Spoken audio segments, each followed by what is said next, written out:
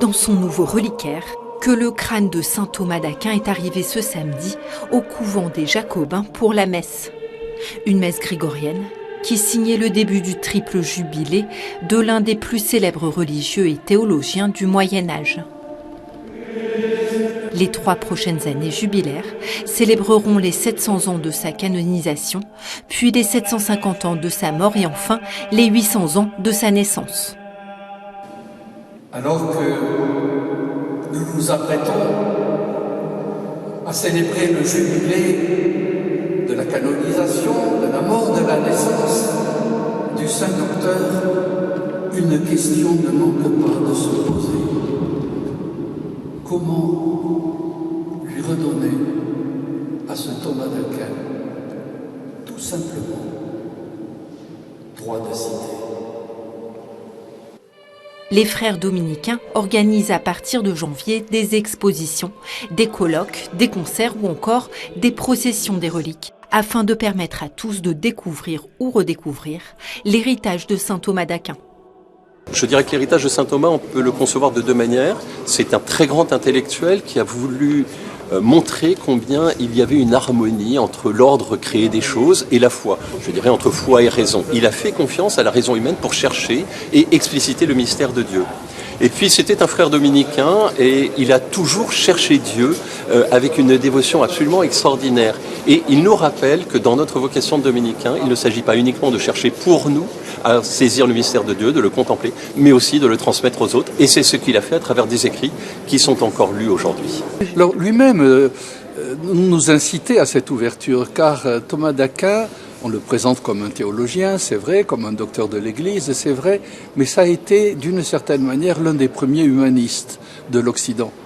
Et donc on doit se retrouver, enfin la pensée moderne, lui qui accordait une telle importance à la raison, à l'intelligence humaine, la modernité doit se retrouver dans cette figure et c'est le pari que nous faisons. Le jubilé sera l'occasion de rendre disponibles des œuvres de saint Thomas d'Aquin qui sont aujourd'hui difficiles à trouver. La somme de théologie existe, mais elle n'est pas très facile d'accès en fond. Ce jubilé sera l'occasion de publier cette somme en version française, renouvelée, ce qui sera déjà un grand acquis, de la mettre à disposition de tous. Et puis également pour la dévotion, tout simplement. Pour l'archevêque de Toulouse, ce jubilé est l'occasion de mettre en valeur l'actualité de la pensée du théologien. Ça me semble important d'abord pour cette quête de Dieu qui habite saint Thomas d'Aquin, cet amour de l'Eucharistie comme un peu source de lumière pour lui. Et puis aussi donc comment mettre notre raison au service de la foi. Ça me semble important. Aujourd'hui, nous sommes beaucoup dans l'émotion, la subjectivité. Et il me semble important que les chrétiens eux-mêmes s'appuient et sur la foi et sur la raison.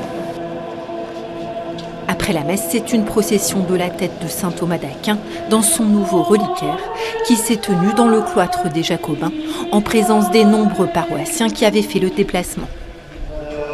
C'est très émouvant de se mettre dans cette procession parce qu'on a vraiment l'impression de se mettre dans le chemin de saint Thomas et d'être encouragé à le suivre dans la recherche de la vérité. Ça fait redécouvrir aussi la pensée, enfin on va découvrir petit à petit, redécouvrir la pensée de saint Thomas d'Aquin. C'est le saint patron des étudiants et je trouvais ça important de venir aujourd'hui voilà, pour mes études et pour tous les étudiants. Ça a été une belle fête, une belle messe et que maintenant saint Thomas d'Aquin rayonne dans la ville de Toulouse. Moment historique jeudi dernier, le crâne de saint Thomas d'Aquin était transféré dans un nouveau reliquaire créé pour l'occasion et confectionné par Augustin Frison-Roche, artiste peintre local. Le couvent des Jacobins accueille depuis le XIVe siècle les ossements et la tête de saint Thomas d'Aquin. Mais en l'honneur du jubilé, le crâne du célèbre religieux a été confié pour 3 ans au couvent des Dominicains de Toulouse. On a voulu aussi, à travers ce nouveau reliquaire, que les diocèses, les paroisses, les communautés religieuses qui veulent recevoir, vivre quelque chose, actualiser quelque chose de la grâce reçue et vécue par saint Thomas, puissent recevoir ces reliques et organiser des veillées de prière. Et aussi, pas uniquement de prière, mais aussi vivifier leur recherche de Dieu à travers la figure de saint Thomas. Les prochains rendez-vous jubilaires auront lieu en mai avec de nombreux événements prévus dans la Ville Rose.